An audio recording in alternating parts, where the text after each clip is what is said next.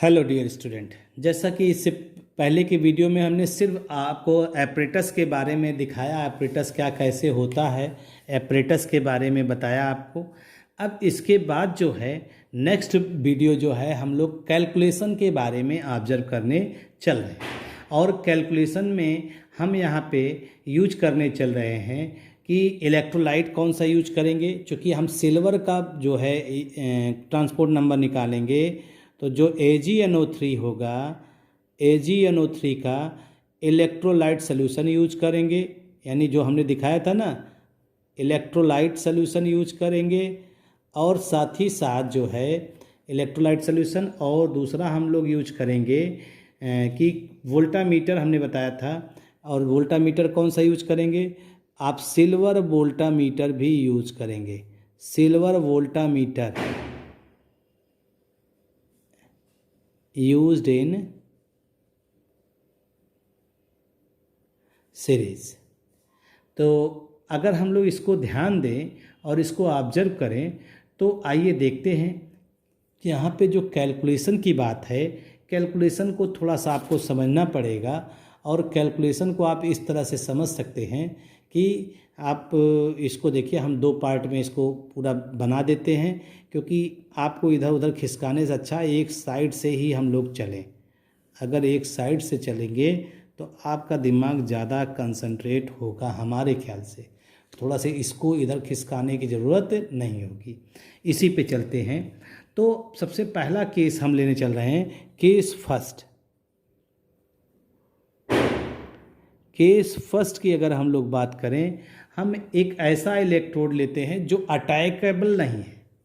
Attackable नहीं है, यानी when the electrodes are not attacked, electrodes are not attacked, ठीक, इलेक्ट्रोड आर नॉट अटैक्ड। अगर इलेक्ट्रोड अटैक्ड नहीं होगा तो कौन सा इलेक्ट्रोड हम लोग यूज करेंगे, ये भी ध्यान दीजिएगा। प्लैटिनम जो है काफ़ी इनर्ट होता है, तो इसे हम लोग कहते हैं दैट इज हम लोग क्या कहेंगे, PT electrodes. PT electrodes are use. PT electrodes are use. Platinum का इलेक्ट्रोड हम लोग यहाँ पे यूज करने चल रहे हैं, ठीक। तो आपको ये ध्यान रखना, हमें वेट पता करना है। वेट को ग्राम इक्विवेलेंट में डिसॉल्व करेंगे। तो अगर आपने कभी टाइट्रेशन का कैलकुलेशन किया होगा, प्रैक्टिकल किया होगा, तो आपको आइडिया होगा। वॉल्यूमेट्रिक एस्टिमेशन करते हैं तो हम लोग क्या करते हैं, जैसे इलेक्ट्रोलिसिस करते हैं तो दो प्रोसेस हुआ, एक आफ्टर इलेक्ट्रोलिसिस करेंगे और एक बिफोर इलेक्ट्रोलिसिस। अब देखिएगा, आफ्टर इलेक्ट्रोलिसिस का कैलकुलेशन पहले हम लोग निकालने चल रहे हैं, यानी इलेक्ट्रोलिसिस के पहले बात का। तो हमने मान लिया जो हम फॉल इन कंसेंट, चूँकि Ag ले रहे हैं, Ag एनोड ले रहे हैं, तो एनोड का ही कंसीडर करेंगे। तो हम सपोज कर रहे हैं, सपोज कर दे रहे हैं, अपनी तरफ से कैलकुलेशन मान के करेंगे। Suppose weight of anodic solution, जो एनोडिक सोल्यूशन होगा उसका वेट हम ले रहे हैं। उसका वेट हमने ले लिया, जो वो कितना है, W1 ग्राम हो गया। हमें वेट ऑफ एनोडिक सोल्यूशन मिल गया। अगर वेट ऑफ एनोडिक सोल्यूशन हमको मिल गया है तो अब हम क्या करें, इस एनोडिक सोल्यूशन में पानी भी होगा और AgNO3 भी होगा।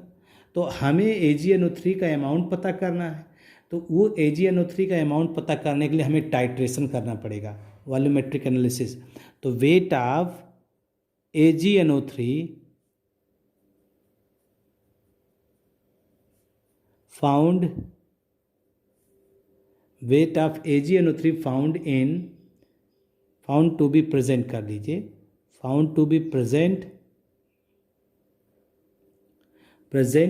और ये कैसे निकालेंगे, by titration. By titration, titration के जरिए करेंगे, ठीक है। और उसका जो अमाउंट आ रहा है वो W2 ग्राम हो गया, यानी आपको एक W1 ग्राम मिल गया और W2 ग्राम मिल गया। अब आप ये बताइए कि आपके पास सॉल्यूशन का वेट हो गया W1, उसमें सैल्यूट का वेट मिल गया W2, तो पानी का वेट निकालना है। तो आप कह सकते हैं weight of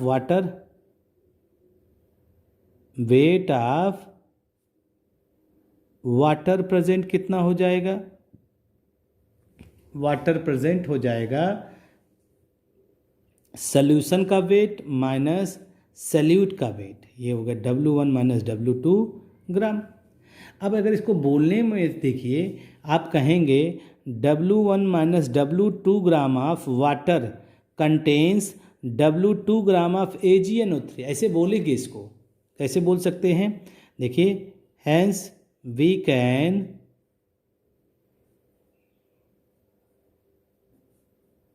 say that W1 minus W2 gram of water, ये वाटर का अमाउंट है, W1 minus W2 gram of water contains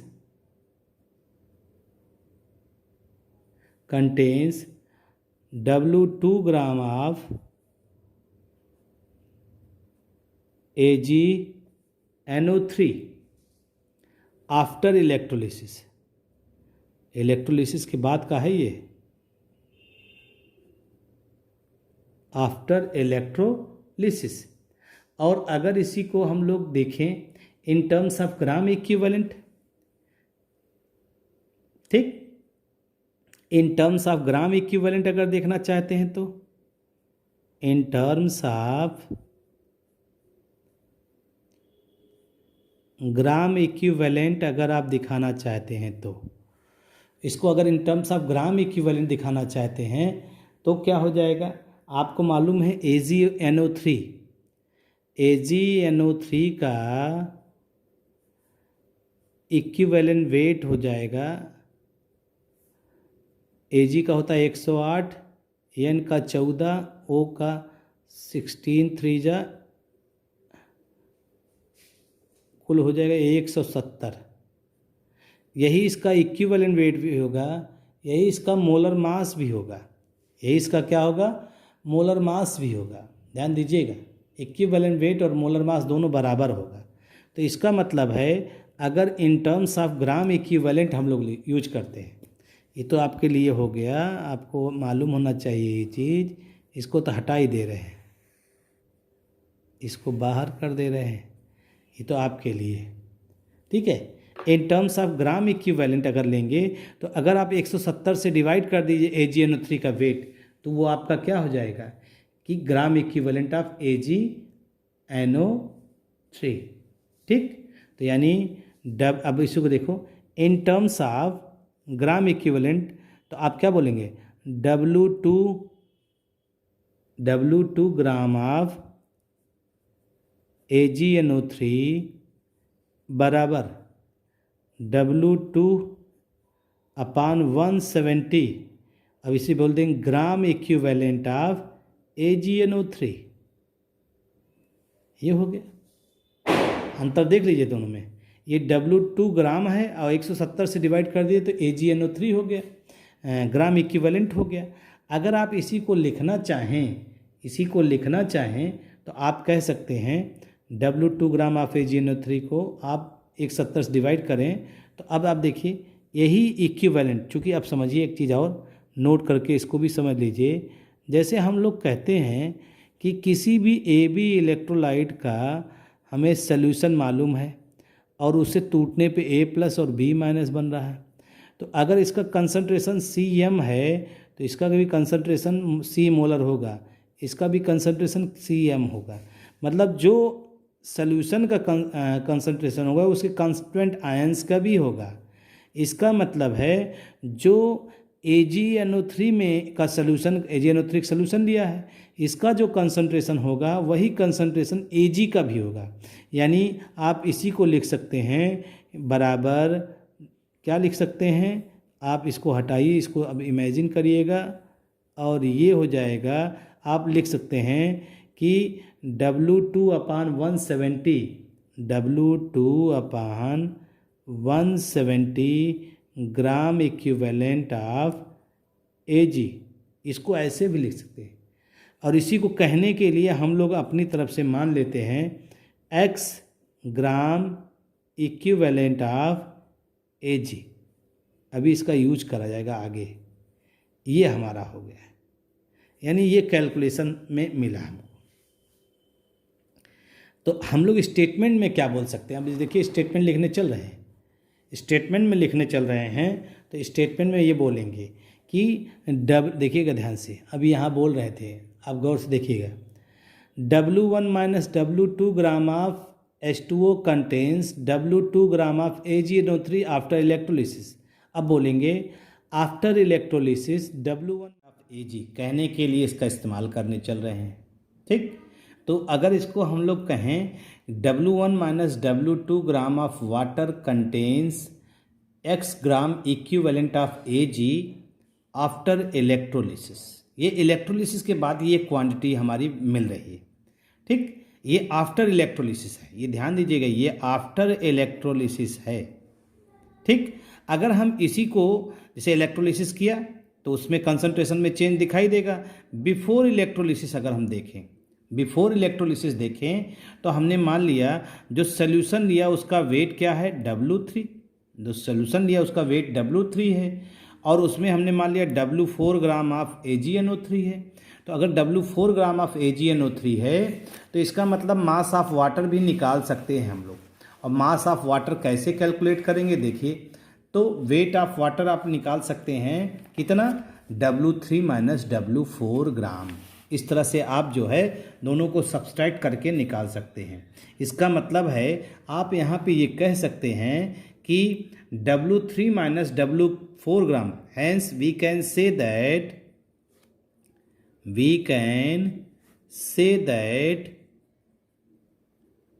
यही चीज़ W3 minus W4 gram of water contains W4 gram of AgNO3 before electrolysis, ये कह सकते हैं हम लोग। भाई इतना ग्राम वाटर आपको मिल रहा है, इसमें W4 ग्राम में क्या है आपका, AgNO3 है।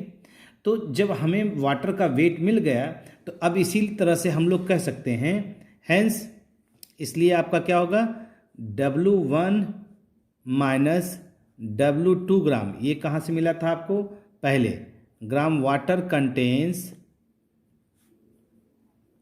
ये आफ्टर इलेक्ट्रोलिसिस वाला है।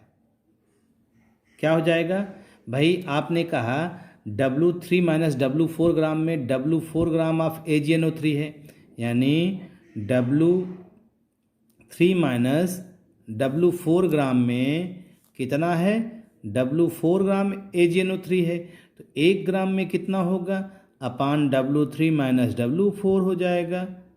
ठीक, और आप अगर इसी को दिखाना चाहें तो W1 माइनस W2 ग्राम में कितना होगा, इंटू कर देंगे इसी को, तो W4 into W1 minus W2 ग्राम अपान W3 माइनस W4 ग्राम, ये आपको मिल जाएगा क्या, ये आपको अमाउंट मिल जा रहा है किसका, ये अमाउंट मिल रहा है ग्राम ऑफ AgNO3। इतना AgNO3 W1 माइनस W2 ग्राम में प्रेजेंट होगा। अब ये हम इसको इक्विवेलेंट वेट में इक्विवेलेंट में कन्वर्ट करना है, तो इक्विवेलेंट में क्या करना है, तो इसको 170 से डिवाइड कर दें। तो इसका मतलब इसी को हम लोग लिख सकते हैं, अगर ग्राम इक्विवेलेंट में लिखना चाहें तो W4 upon W3 minus W4 into W1 minus W2 को अगर हम 170 से डिवाइड कर दें, 170 से डिवाइड कर दें तो ये ग्राम इक्विवेलेंट ऑफ AgNO3 हो गया, ये ग्राम इक्विवेलेंट ऑफ AgNO3 हो गया। ये सीधा सीधा आपका हो गया, मतलब 170 से डिवाइड करने का मतलब है कि ग्राम इक्विवेलेंट ऑफ AgNO3, और उतना ही आपका हो जाएगा equal to W4 upon W3 minus W4 into W1 minus W2 upon 170 gram equivalent of Ag भी यही हो जाएगा, यही Ag भी हो जाएगा भाई आपका।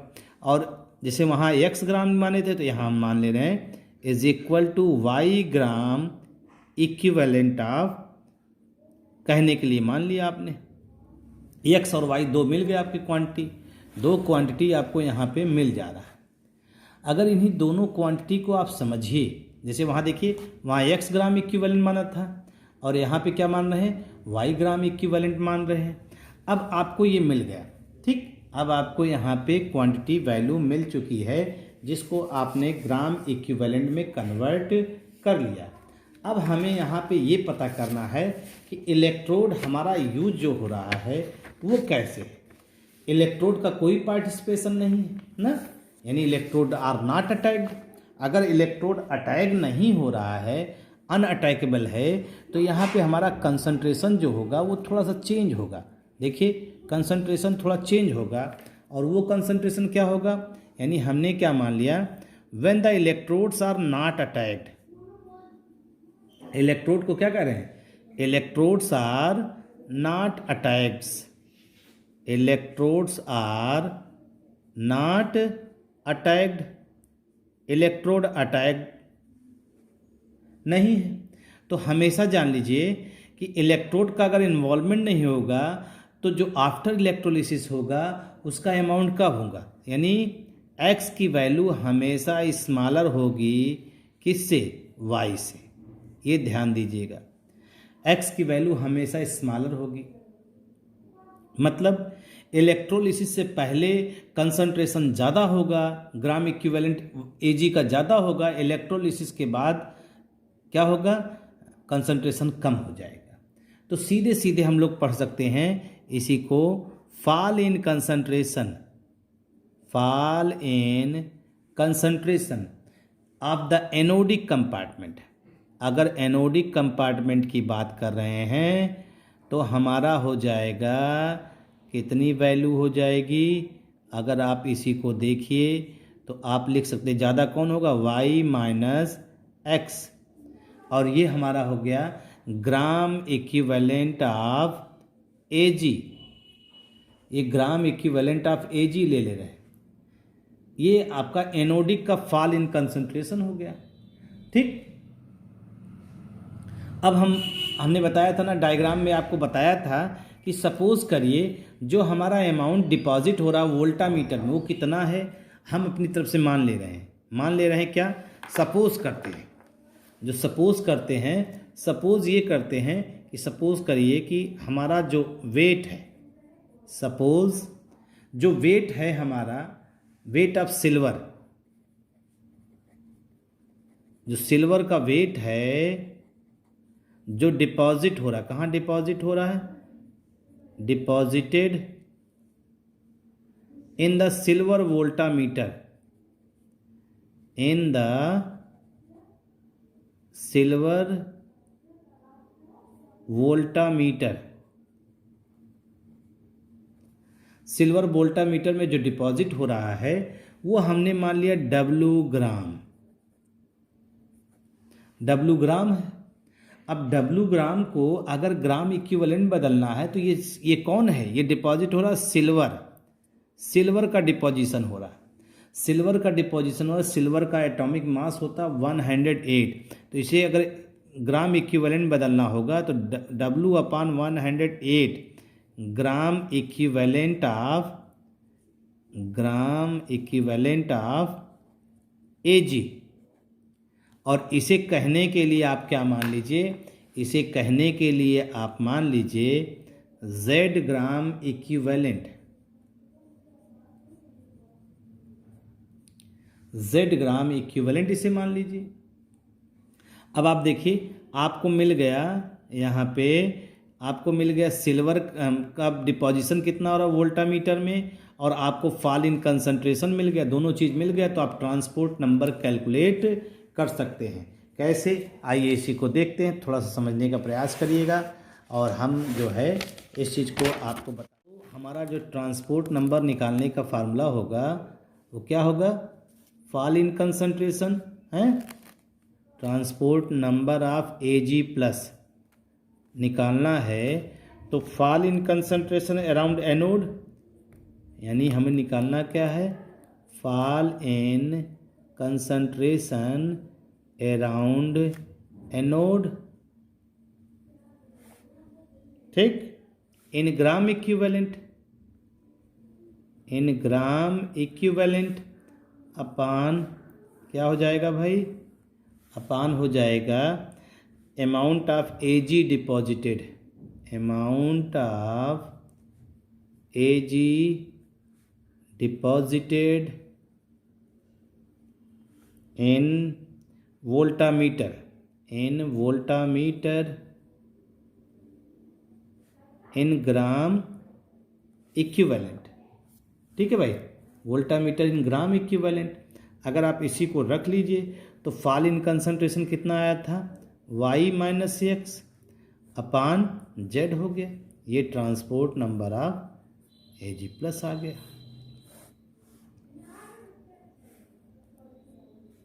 ये आपका हो जाएगा, ये आपको मिल गया, ट्रांसपोर्ट नंबर मिल गया।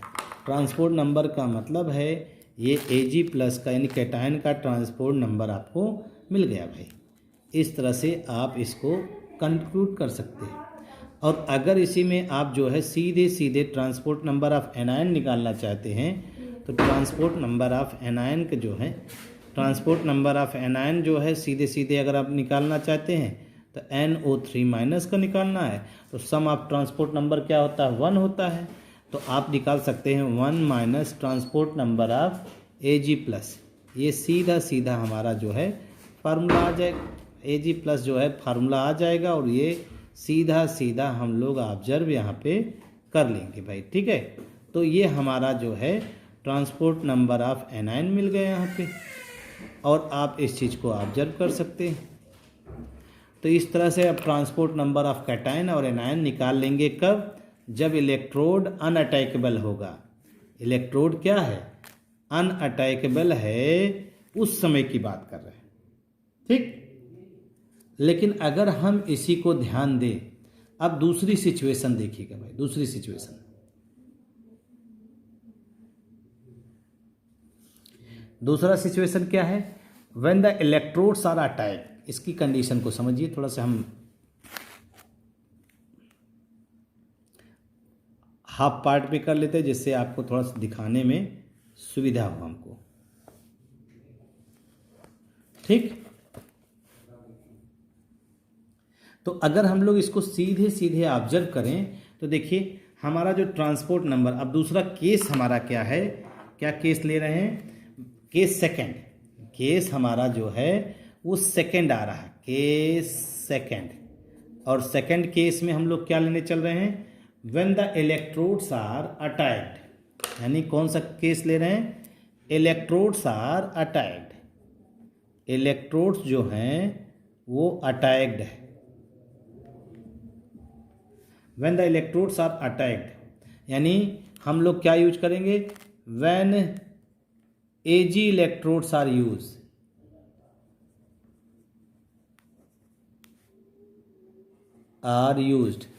Ag electrodes are used.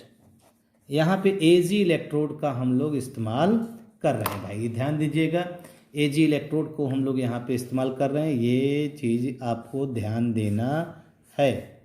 ये बहुत ज़रूरी है कि आपका Ag इलेक्ट्रोड के इस्तेमाल होने के बाद क्या सिचुएशन अराइज कर रही है, ठीक। अगर हम इसी चीज़ को देखें, बस समझिएगा इसमें होगा क्या, इसमें सिर्फ और सिर्फ यही होगा कि सपोज करिए जो आपका, थोड़ा हम रफ लेकर के आपको समझाने का प्रयास करते हैं अगर आपको समझ में आए। जैसे आपने कंटेनर लिया, आपने एक कंटेनर लिया है और उस कंटेनर में हम लोग जो है ये क्या लिए हैं, AgNO3 का इलेक्ट्रोलिटिक सोल्यूशन लिए हैं और इसी में Ag इलेक्ट्रोड ले लिया, Ag इलेक्ट्रोड ले लिया है। तो यहाँ पे Ag प्लस और NO3 माइनस ही है। तो जो Ag प्लस NO3 माइनस यानी यहाँ पे दोनों कंसंट्रेशन है, यहाँ पे Ag प्लस भी, नाइट्रेट आयन बार बार इसके अंदर, नाइट्रेट आयन बार बार इससे टकराएगा और टकराने के बाद इससे क्या कहेगा, इससे ये प्रेरित करेगा कि Ag जो है वो इलेक्ट्रॉन लूज करके Ag प्लस में कन्वर्ट हो जाए, ये इलेक्ट्रॉन लूज करे और उसके बाद ये शिफ्ट हो जाए इसमें सॉल्यूशन के अंदर। और जब Ag प्लस सॉल्यूशन के अंदर शिफ्ट करेगा तो Ag प्लस आयन की कंसंट्रेशन क्या हो जाएगी, Ag प्लस आयन की कंसंट्रेशन क्या हो जाएगी, इंक्रीज करेगा, इंक्रीज कर जाएगा। Ag प्लस आयन की कंसंट्रेशन यहाँ पे इंक्रीज कर जाएगी। हमारा कंडीशन यही है, ठीक है। तो यहाँ पे कंसंट्रेशन घटने की बजाय इंक्रीज कर जाएगा, यही करना है। यानी हमने क्या कहा यहाँ पे, अब समझिएगा, हमने कहा कि जब NO3 माइनस क्या करेगा, बार बार क्या करेगा भाई, NO3 माइनस वो एनोड पर रीच करेगा, reaching the anode, reaching the anode, anode को रीच करेगा, reaching the anode, NO3 minus reaching the anode. अगर एनोड को रीच करेगा तो क्या होगा, रीचिंग द एनोड, और वो क्या करेगा, एनोड के पास पहुंचने के बाद इस पर अटैक करेगा, attack the silver anode, Ag anode पे अटैक करेगा। और हमने बताया ना किस बात के लिए ये अटैक करेगा, अटैक करने के बाद इसको इस बात के लिए तैयार करेगा कि ये इलेक्ट्रॉन लूज करे, और इलेक्ट्रॉन लूज करने के बाद ये प्लस आयन में कन्वर्ट हो और ये प्लस आयन जाकर के इस सॉल्यूशन में मिक्स हो जाए और यहाँ पे Ag प्लस आयन की कंसंट्रेशन बढ़ जाए, ये चाहेगा ये। तो यहाँ पे देखिए Ag इलेक्ट्रोड क्या कर रहा है, Ag इलेक्ट्रोड जो था उस पर नाइट्रेट आयन अटैक कर रहा है, there is increase in concentration of Ag plus ion, hence इसलिए क्या होगा, there is increase in concentration of Ag plus ions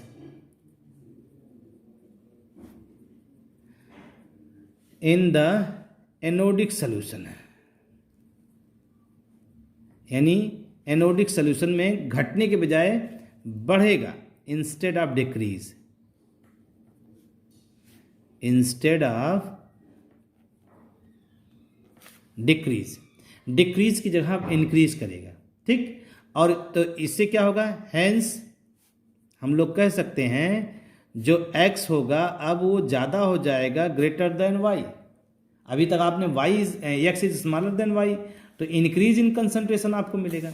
अब एनोडिक कंपार्टमेंट का क्या हो जाएगा, तो इंक्रीज इन कंसंट्रेशन हम लोग ऑब्जर्व करेंगे, इंक्रीज इन कंसंट्रेशन ऑब्जर्व करेंगे, किसका, anodic solution of the anodic solution, anodic solution का कंसंट्रेशन क्या होगा, इंक्रीज करेगा। तो यहाँ हो जाएगा x माइनस वाई और ये ग्राम इक्विवेलेंट ऑफ Ag मिल जाएगा हमको, क्योंकि x और y तो ग्राम इक्विवेलेंट में कन्वर्ट पहले से ही है, तो ये हो जाएगा। अब अगर हम लोग इसी को ध्यान दें, ध्यान दीजिएगा, इसी को अगर हम लोग ध्यान दें और समझने का प्रयास करें तो हम लोग इसको इस तरह से समझ भी सकते हैं। कैसे, अगर हमने मान लिया यहाँ पे जो कंसंट्रेशन है वो migration of Ag plus ion, जो Ag प्लस आयन है अगर यहाँ से माइग्रेट करता, जैसे Ag प्लस आयन कंसंट्रेशन बढ़ गई, आपने क्या कहा, Ag प्लस आयन यहाँ आया और Ag प्लस यहाँ से जो है माइग्रेट किया, माइग्रेट किया कहाँ पे, Ag जैसे ये एनोडिक कंपार्टमेंट है, ये एनोडिक कंपार्टमेंट है। अब यही Ag प्लस माइग्रेट करे कहाँ पे, कैथोडिक की तरफ, कैथोडिक की तरफ जाए तो यहाँ पे जो कंसंट्रेशन है वो क्या होगा, कंसंट्रेशन चेंज होगा। मतलब अरे भाई Ag प्लस यहाँ से माइग्रेट करे तो दिक्कत हो जाएगी, कंसंट्रेशन कम हो जाएगा, ठीक है। तो हम यहाँ मान के चल रहे हैं कि जो Ag प्लस आयन है, ठीक, कोई भी Ag प्लस आयन यहाँ से यहाँ ना जाए, मतलब ये वाली प्रोसेस ना हो, ठीक। तो कंसंट्रेशन इंक्रीज करेगा और काफ़ी ज़्यादा बढ़ेगा, और जब बढ़ेगा तो वो जानते किसके बराबर होगा, वो उतने अमाउंट होगा जो वोल्टामीटर में डिपॉजिट होगा। यानी हम यहाँ कंडीशन मान रहे हैं, if no Ag plus ion, if no Ag plus ion, ठीक, if no Ag plus ion had migrated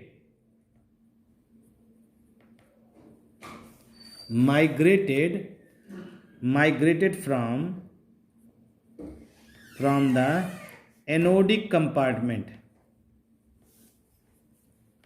अगर एनोडिक कंपार्टमेंट से माइग्रेट नहीं कर रहा है, ठीक है, माइग्रेट नहीं कर रहा है, तो यहाँ पे कंसंट्रेशन क्या होगा, इंक्रीज इन कंसंट्रेशन,